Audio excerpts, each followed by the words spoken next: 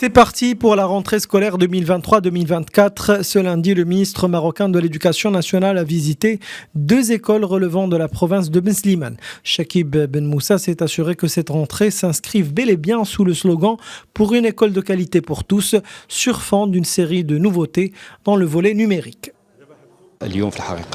Aujourd'hui, ce sont quelques 8 millions d'élèves des 3 cycles qui ont rejoint leur classe.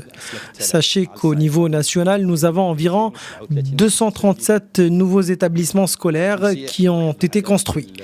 Quelques 2500 salles de cours ont été rénovées et élargies, sans oublier qu'un grand nombre d'établissements ont été réhabilités.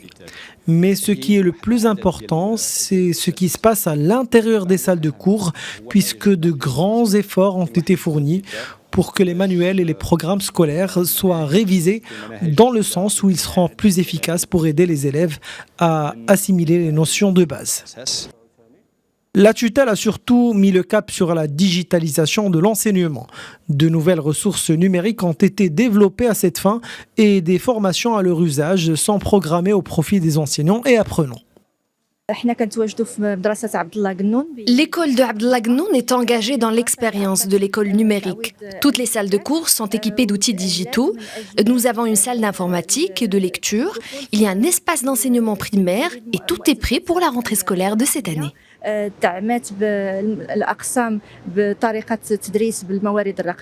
المؤسسة تندرج ضمن مؤسسات الرقمية بناء. Nous avons intégré le volet numérique dans notre établissement. Pour cette rentrée scolaire, les matières scientifiques, à savoir les mathématiques, la physique, la chimie et les sciences de la vie et de la terre, seront enseignées de manière totalement digitale.